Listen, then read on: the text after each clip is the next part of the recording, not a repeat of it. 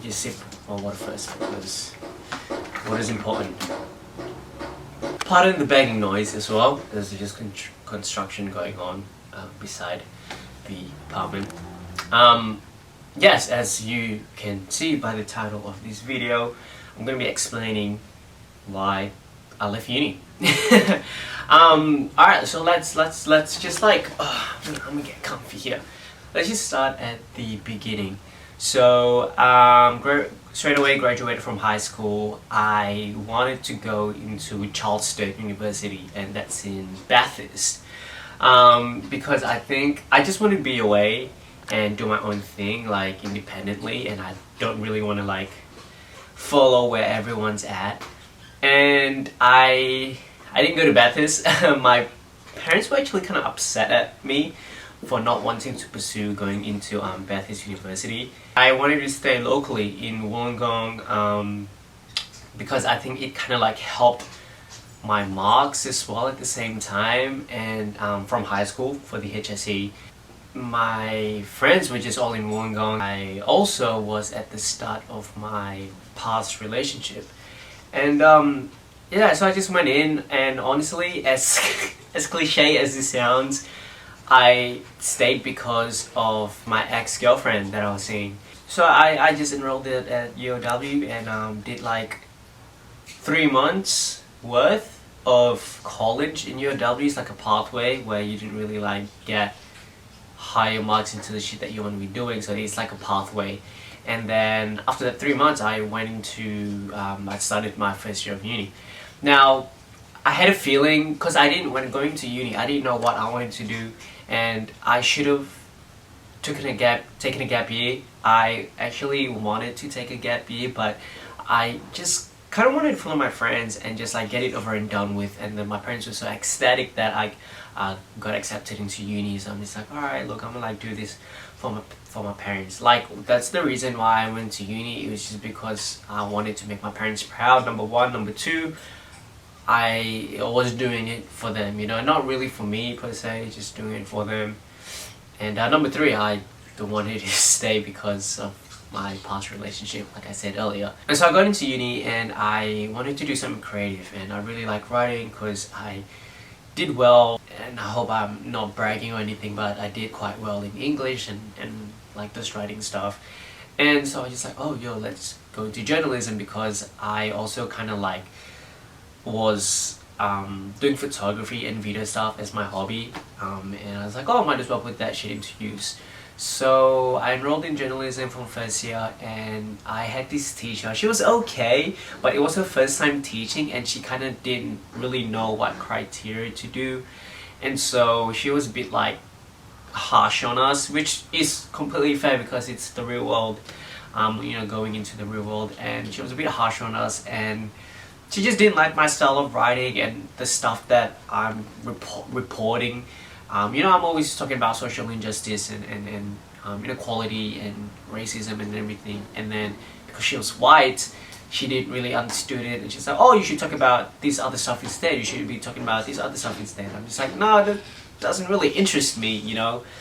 And she's like, well, if you're in a journalism thingy, you don't really get to pick what you have to report. I'm like, well, if I were to go into journalism, I would want to be working for like the SBS, where it's international and you report all over the world about the news, not what Channel 9 and Channel 7 and everything is doing, you know. Because she was a bad teacher, in my opinion, she was a bad tutorial teacher, I left journalism, and then I changed into creative writing. And that was, creative writing was one of the best stuff, one of the best work I've written throughout my uni career. And I remember specifically, I just really fell in love with script writing, you know, and reading monologues and reading plays. I just fell in love with it just because I had such an amazing teacher, and she was unbelievably helpful with what I was writing. And I have this other one teacher as well. I forgot his name. I'm pretty sure his name is Andy. I'm 100% sure his name is Andy, but that's his first name. And he made me fall in love with, because I already love writing poetry. He made me fall in love with poetry even more. I think I'm pretty sure, I could be guessing wrong, but I think he's like half Asian and half white from base of the appearance and his last name, which I completely forgot. And he kind of like took me under his wing because he was like I think doing a teaching degree in creative writing, and he was from Western Sydney. And he was honestly such an angel. He helped me with my writing and everything. And then, you know, I said to him, I was like, oh, I really like would love to write about racism and inequality and social injustice and stuff. And he's like, oh, I got you, because like I understand from that point of view. I'm like, oh, sick. So he gave me like, he was one of the teachers that made me want to stay into uni and focus on my creative writing, and as well as the lecturer who was doing the script writing as well. And then I minored into photography, finished all that, loved my photography class. I had one of my teachers for like the whole time, and she just knew how I was working, and I've made very good friends with a couple of my other photography throughout my photography class. And it was just amazing. Photography classes were the highlight of my university career. There was this one teacher in creative writing. I don't care. I'm gonna say his name. I don't care because I'm out of it. I'm gonna say his name. His name is Dr. Luke Johnson. He is one of the most arrogant and cocky person or people that I have ever met in my life so far. I understand that his thinking is very educated, very knowledgeable, you know, very privileged, white privileged man thinking, classic white privileged man thinking. And every time I would like write poems and stuff, he wouldn't get it because I would write it in a person of color point of view. And it's like, oh, I don't get it, blah, blah, blah, blah. And I will use different languages. And then the teachers who I've had so far, they've been just white, except for Andy. And they just wouldn't let me do it. They really wouldn't let me do it. And I'm just like, but the authors who's out there publishing work, they can use different languages and I can't. Like, I don't get it. And then I would have to like write the language, different language that I use, like mixed in with the English one, and then at the bottom I have to like translate it, which is fine by me. Like, whatever, you know. I'm not a published author, so whatever. And yeah, this guy, like Luke, he was so arrogant, and you could tell when someone's targeting you every time, and every time it's up for like class discussion, he would make me feel like an idiot because I wouldn't have anything to say, or I wouldn't have like a elite point of view throughout my explanation. All I said was like, yeah, I really love this poem, I really love this writing because so and so and so, it reminds me of so and so and so. And then it's like, oh, what else do you think? Like, what else? Like, Shaq, you're in a university, you need to think very elitely. And I'm just like, what? Like, bro, relax, bro, relax, chill, man. But like with the others, with the other students, he like left them alone and just whatever, you know. And I'm just like, yo, why are you targeting me? You know, like what? I maybe in his eyes it didn't seem like it, but from a person of color, from my perspective, who's been dealing with people targeting me throughout my whole life, who's been dealing with racial inequality, I know what it means. Like, I know how it feels to be targeted, and I felt so targeted. I really wish I made a complaint at the university, but I guess I'm just doing it in video style. Why not let the people know? Because I've actually, you know what, I've actually made a complaint. Actually, yeah, now I think of it, I actually made a complaint, and they're like, oh, I'm sure it wasn't like that, I'm sure he's blah blah blah. I'm like, no, you don't understand. And then it was just this whole board of meeting of this like white people against one brown guy, and they had the power to do it because they have the authority and the money and the power to do it. And I'm just like, cool, whatever, I'm just gonna leave it as that. So I've had him for like, cause he's one of the main creative writing teachers at UOW, and I've always had him. With his classes, I always like get like 60-70%. I'm like, yeah, whatever, like I just want to get it over and done with him. But like with the other classes, I'll get higher marks because I put more effort into it, and then teachers would be more interested with what I was writing. So I reckon that was fair in my opinion to put more work, if that makes sense. Throughout the last year of what may seem to be my university career, the Luke Johnson guy, he failed me for one of his subjects, and it was like the main creative writing one that I had to pass in order to do the other creative writing subject so I can finish it and get my degree. So he failed me because he thought that, so I wrote a script which was set out to be like a poem, and it was a very dark horror slash racial inequality type, kind of like what Jordan Peele is writing with his movies, like this type of vibe, you know, being like in the black community against the white community, something like that. And Jordan Peele is one of my favorite directors out there, and writers as well. And so he's like to me, hey man, I think you... Well, he basically said that I cheated on my script writing and I was just copying and paste from a different website into my work. And I'm just like, hey man, like we had a meeting and I was like, hey man, I've worked this like 2 weeks prior to the due date, and I have never just copy and paste, you know, like I wish I documented what I wrote, but I just wrote in one draft on Word doc and just continue it on, you know.